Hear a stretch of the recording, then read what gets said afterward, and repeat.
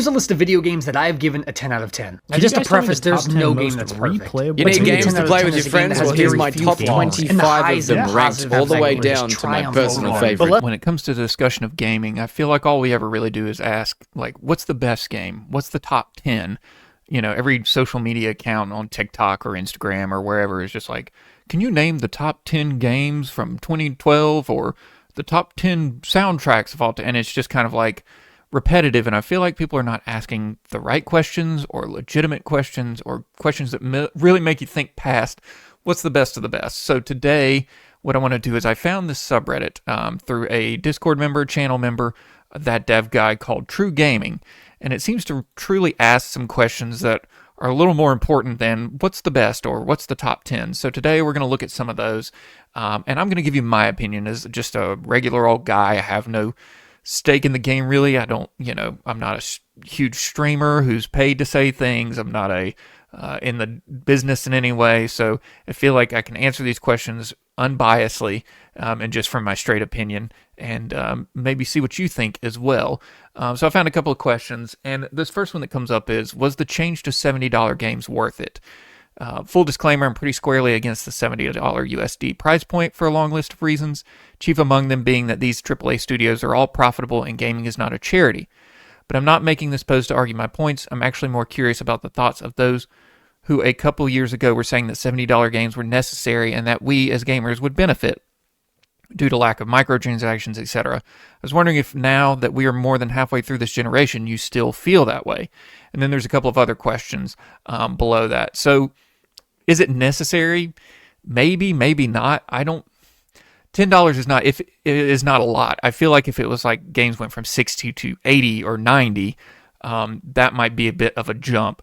And these questions down here kind of get into that, in the fact, did $70 get us better games? That's just kind of subjective. I feel like not really. More times than not, I'm disappointed with the games that I play. For example, I can think of a few new-gen games. I don't play a lot of new-gen games, but the ones that I do are few and far between when I'm willing to pay $70 for them, usually for something that I'm like, I don't want to wait for it to drop in price. And if it's a Nintendo game, I just deal with it because they'll never drop their prices. But did it get us better games? I'd say no. Examples I can think of are Resident Evil 8 and Final Fantasy 16. Just to kind of think of a few, Resident Evil 8, I paid $70 for it because I wanted to play it the day of when it came out. And to say that it felt like I spent too much when the game only lasted, I think, 12 hours. It took 10 to 12 hours to beat the game. And if I'm going to pay $70 of my hard-earned money, I want more than 10 to 12 hours. I think that's a big problem, is that some of these AAA studios push out these games and they're not really worth the investment. Another one I can think of is Destiny, where I know that there's an online mechanic, and that's the big sell of it at this point.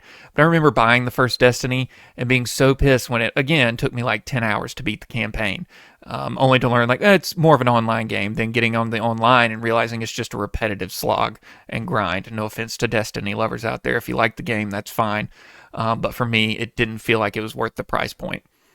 Do you feel like the amount of microtransactions, battle passes, etc. has been reduced? No, I think it's only gotten worse, way worse.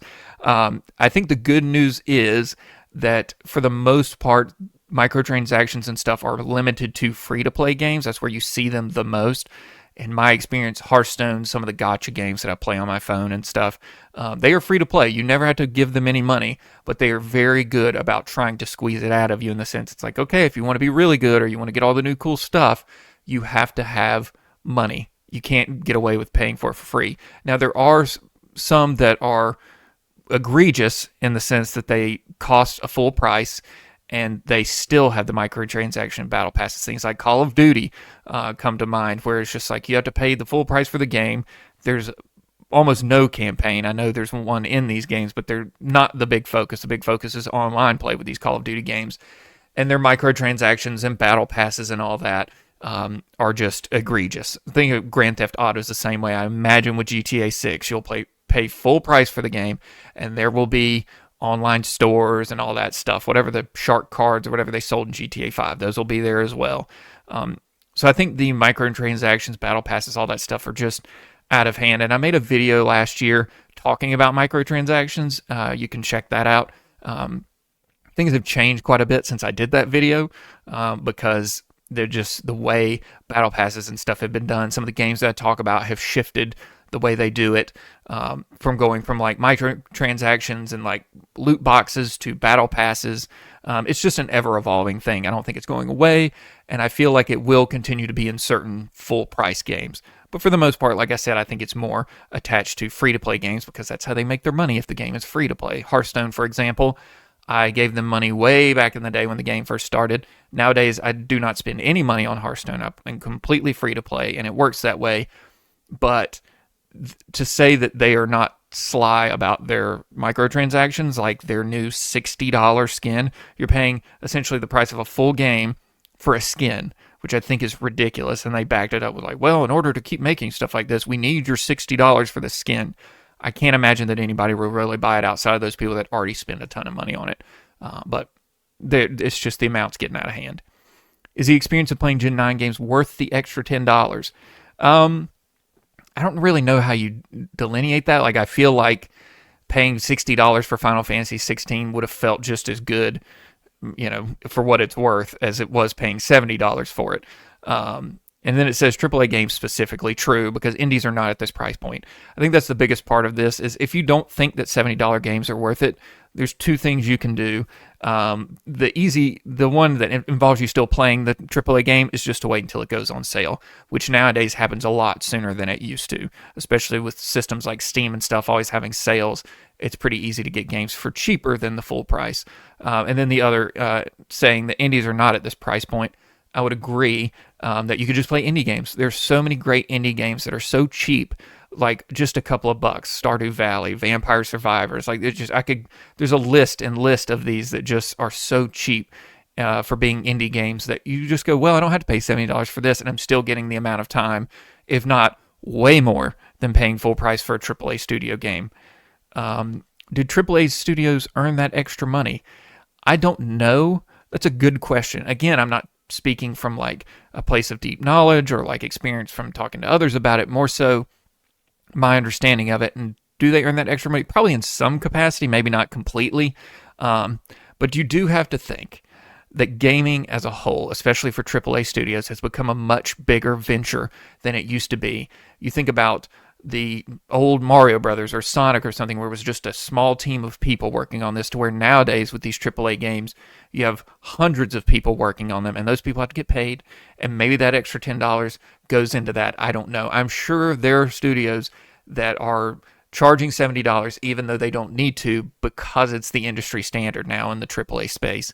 So, could be bad, could be good. But, for me, at the end of the day, does an extra $10 really matter? Probably not. I looked up, you can see the ad behind me is an old N64 ad from back in the day in 96. And I looked up $199, which is what the N64 costs, so about $200 in 1996, is worth $398.94 today. So you got to think that in the grand scheme of things, and you can complain, you can argue inflation, all that stuff with me. It's just at the end of the day, I'm just reading what I've got here. Is that a $200 console then is now worth twice as much. So, it's about the same. I know consoles are a little more expensive. I definitely paid more than $400 for my PS5 back in the day. I did get it a couple of months after it came out. I got extremely lucky, and I think I paid for that. Nowadays, though, I think you can get them for a little over $400, if not around $400. So it's seemingly that the gaming landscape has not changed too much. So let's see, there's the Mario game as well, which is $60 or $60. Yep. So let's do $60 from 1996 to 2024. That's $120.28. So if we're doing the math that way, we're kind of making out pretty good that over the last 10 years or so, $70 is not that bad. A $10 increase is not nearly as bad as, it could be. Games could, if we're going by the math of inflation this way, you could be paying $120. There's even someone in the comment section that's like, I'm from a foreign country, and can be closer to $80, $90 because I don't live where the games are developed or made or whatever it is. So I get it, games are bigger and more expensive to develop, but I don't get more out of it than before. In Norway, new games often cost the equivalent of 80 to 90 USD now, and that's the standard editions. Almost never buy games at launch anymore. I'll wait 6 months to a year and pick it up at a discount. Yep, that's the way to do it. Unfortunately, sometimes you just have to wait. And I won't even get to, mentioned standard editions. I won't even get into like the Founders Edition or the Members Edition or the Ultimate Edition that comes with a statue and a booklet and all these things that where a game goes from $70 to $140. So if you think 70 is bad, it could be even more if you're that kind of person. And no offense to people that will pay $140 for all that extra stuff. That's just my opinion. All right, that's enough talking. Thank you for watching. I hope you've enjoyed the newer content. I'm trying not to just play video games. Instead, talking about questions like this. I hope you enjoyed the Binding of Isaac video that came out Saturday. I had a lot of fun with that one. There's more coming down the pipeline, stuff like this, interviews with friends or viewers. So if you want to check that out, you can go to the Discord where I talk about all these ideas and kind of give behind the scenes looks at what I'm working on. That's very exciting. So come join the Discord. And as always, thank you to the members of this channel. I appreciate you very much for your patronage. It's very cool. If you'd like to do that, $2 a month, really cheap to become a member and get a lot of bonus perks. But anyways, that's enough talking about these. I hope you enjoyed this. I know I did. And I'll talk to you soon, okay? Thank you for watching. I love you. Subscribe. Bye-bye.